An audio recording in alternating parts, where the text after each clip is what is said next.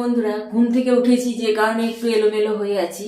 তো হাজবেন্ড ছোলা নিয়ে এলো। ছোলা, এই যে ভাজা ছোলা কিনতে পাওয়া যায় প্যাকেটিং, আমি কৌটাতে ঢেলে রেখেছি। আর একটু গুড় আনতে গেল, বললো যে আমাকে একটু নাড়ু করে দাও। তো আমি বললাম নিয়ে এসো, খাবার ইচ্ছা হয়েছে আমি করে দিচ্ছি। শুধু যে আশ্বিন মাসে দুর্গাপুজোতেই নাড়ু খেতে হয় তেমন তো কোনো মানে নেই।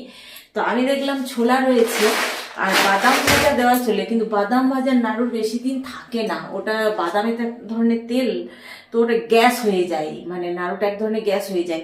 আর এই দেখুন আমার বাড়িতে কুসুম বীজ আনা থাকে, পকোড়া টকোড়া হয়, তো পকোড়া টকোড়াতে কুসুম বীজ দিয়ে ভাজলে বেশ ভালো লাগে। কুসুম বীজটা যখন দাঁতের মধ্যে পড়ে না, একটা মানে খুব সুন্দর ফ্লেভার লাগে মুখটা। তো আমি ভাবলাম নাড়ুর সাথে অল্প একটু কুসুম বীজও ভেজে দিয়ে দেওয়া যাক, খেতে আরও ভালো হবে।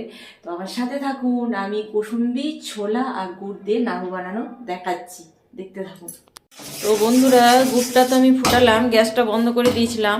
তো গুড়ের পাকটা ঠিক এইভাবে জলে দিয়ে দেখবেন, যদি হাতে উঠে যায়, এই গুড়ের পাক দেখা আমি এই শ্বশুরবাড়িতে এসেই শিখেছি। এই দেখুন উঠে গেছে। তো গুড়ের পাক আমার হয়ে গেছে, আমি এবারে কুসুম বীজ ভাজা, ছোলা ভাজাগুলো দিয়ে দেবো।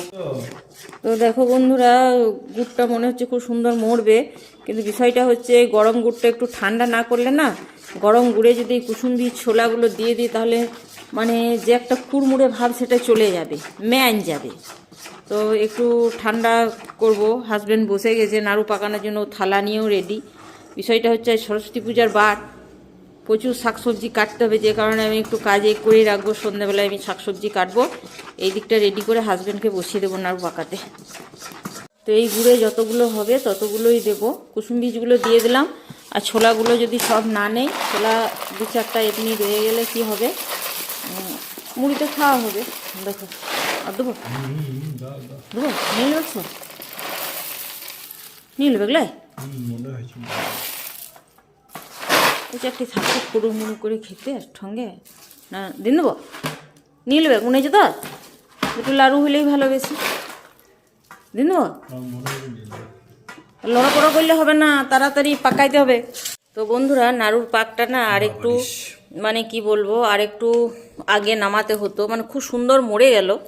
বিষয়টা হচ্ছে নাড়ুগুলো বোধহয় শেষ অবধি পাকানো যাবে না, এই গুড় ছোলা খেতে হবে। তো হাজবেন্ড তো আমার একটু পেটুক টাইপের, ও এরই মধ্যে ছুঁড়ে ছুঁড়ে খাচ্ছে, তো বলছে অপূর্ব স্বাদ।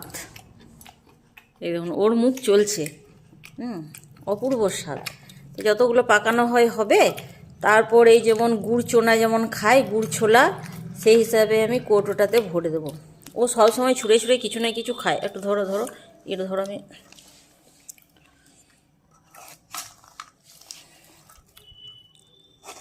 তো এই নাড়ুটা আমার ভাইয়ের বউ, ভাইরা বলে বলে দিদি কিভাবে করো, এসে বানিয়ে দেবে একবার, তো বানানো হয় না। এবারে একবার বাবার বাড়ি গেলে, আমার বাবার বাড়িতে একবার ভাইদেরকে করে খাইয়ে আসতে হবে। আমি দুর্গাপূজার সময়তেও আমি এইসবই নাড়ু করি। আমার শিউলি নাড়ু খুব একটা লাইক করি না, সোনা নাড়ু করি, বাদাম নাড়ু করি, তিল নাড়ু করি। সচরাচর শিউলি নাড়ুটা তো হয় সকলের বাড়িতে, তো আমি এটাই বেশি করি। আর দুর্গাপুজো ছাড়া কি নাড়ু খেতে নেই? মুখ চলছে, আমার হাজব্যান্ডের মুখ চলছে বন্ধুরা। ও একটু পেটুক টাইপের বটে, কি করব, যেমনই হোক আমারই বটে। ওগুলো এবারে ভরে দাও, ঠংটাতে ভরে দাও। তো এই ছিল আমার কুসুম বীজ ছোলার নাড়ু। টাটা।